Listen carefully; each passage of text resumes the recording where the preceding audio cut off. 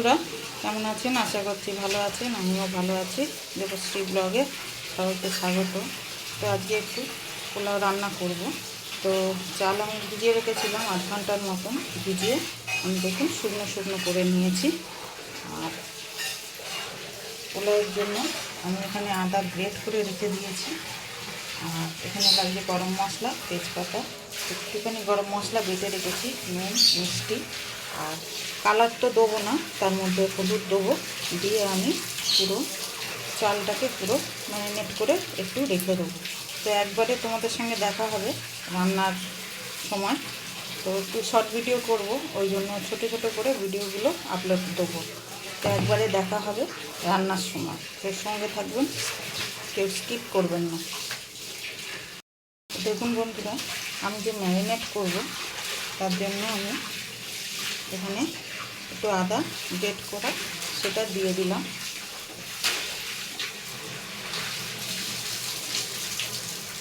দিয়ে দেবো পরিমাণ মতন মিষ্টি। মিষ্টি আপনারা কম বেশি করে দিতে পারেন, মিষ্টি কম বেশি করে দিতে পারেন। আমি মিষ্টি দিয়ে দিলাম।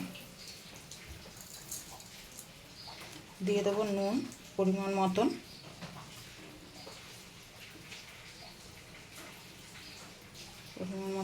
নুন দিয়ে দিলাম।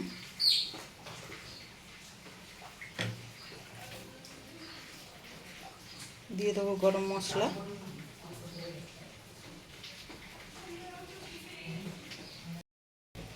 দেবো একটু ঘি,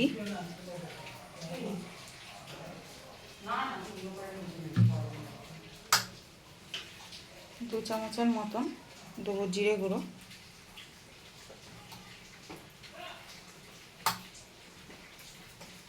দু চামচের মতন দেবো হলুদ গুঁড়ো। আমি রং এতে ব্যবহার করব না। তো এটাকে এবার আমি ম্যারিনেট করে রেখে দেবো। সঙ্গে থেকেও কেউ স্কিপ করো না। দেখুন বন্ধুরা, আমার ম্যারিনেট করা হয়ে গেছে। এটাকে আমি একটুখানি ঢেকে রেখে দেবো। 5-10 মিনিটের জন্য ঢেকে রেখে দেবো। সঙ্গে থেকেও কেউ স্কিপ করো না। দেখো বন্ধুরা, আমি যাতে ইয়েটা করব, পোলাওটা করব, সেই পাত্রটা আমি বসিয়ে দিয়েছি। আর একটুখানি রিফাইন তেল দিয়েছি, আর একটুখানি ঘি দেবো, সামান্য একটুখানি ঘি দেবো। ঘি ওতেও দিয়েছি, আর একটুখানি ঘি দিলাম। ঘিটা একটুখানি গরম হয়ে গেলে, তেলটা গরম হয়ে গেছে আমার, ওর মধ্যে 4টে তেজপাতা দিয়ে দেবো।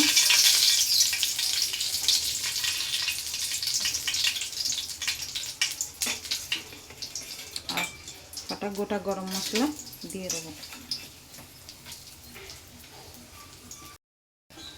দিয়ে দেবো কাজু আর কিশমিশটা যেটা ভিজিয়ে রেখেছিলাম, সেটা একটু ভেজে নেব।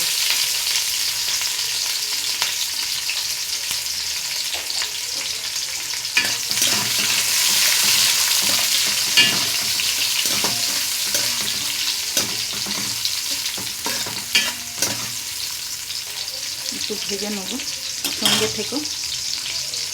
তো দেখুন, কাজু আর কিশমিশ আমার ভাজা হয়ে গেছে। এবার যে চালটা আমি ম্যারিনেট করে রেখেছিলাম, গোবিন্দভোগ চালটা, সেটা আমি দিয়ে দেবো। আমি দিয়ে দিচ্ছি।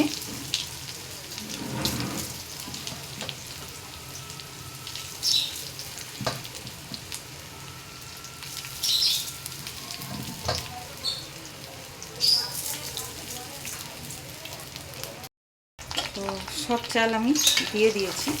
দিয়ে আমি নাড়াচাড়া করব। তো আমি এখানে 2 বাটি চাল নিয়েছিলাম।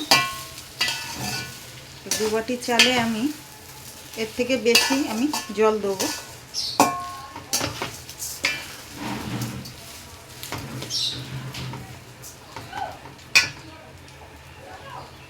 দু বাটি চালে আমি 8 বাটির মতন জল দেবো।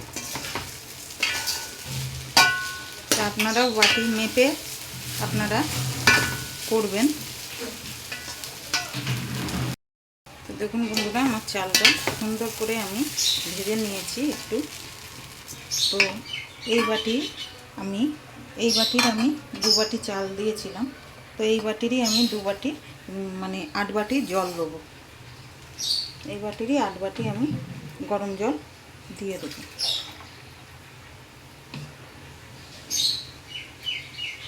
দেখুন 1 বাটি,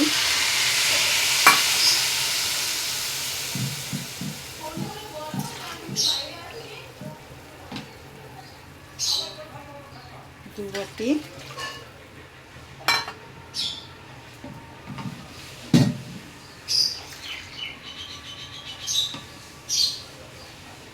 3 বাটি,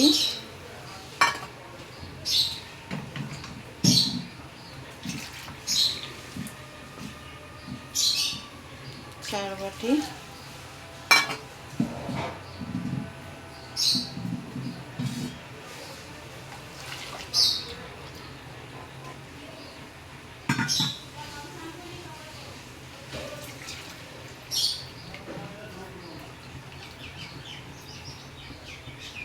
5 বাটি।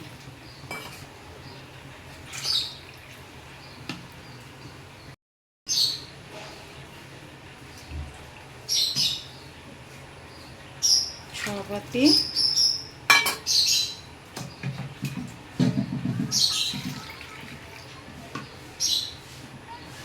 7 বাটি,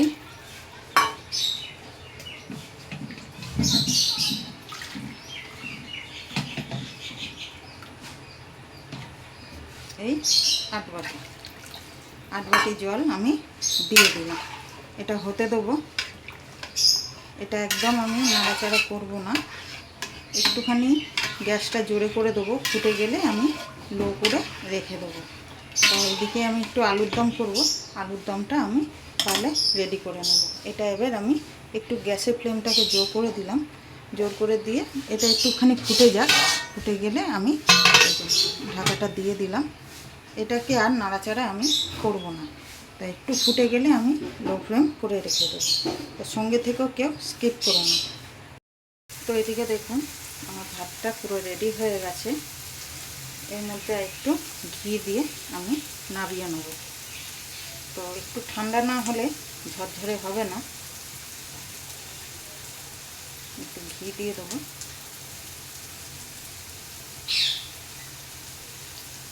দিয়ে আমি রেখে দেবো। দেখুন কত সুন্দর হয়েছে। তো আমি গ্যাসটাকে অফ করে দেবো, দিয়ে ঢাকা দিয়ে আমি রেখে দেবো। একটু ঠান্ডা হোক, তারপরে আমি আপনাদের কাছে তুলে ধরবো। আজকের মতন এখানেই রাখলাম। আবার পরে দেখা হবে। সবাই ভালো থাকবেন, সুস্থ থাকবেন, সাবধানে থাকবেন। আর নতুন নতুন ভিডিও তুলে দেওয়ার জন্য একটু সাহায্য করবেন। তো আজকের মতন এখানেই টাটা, সবাইকে ভালো থাকবেন।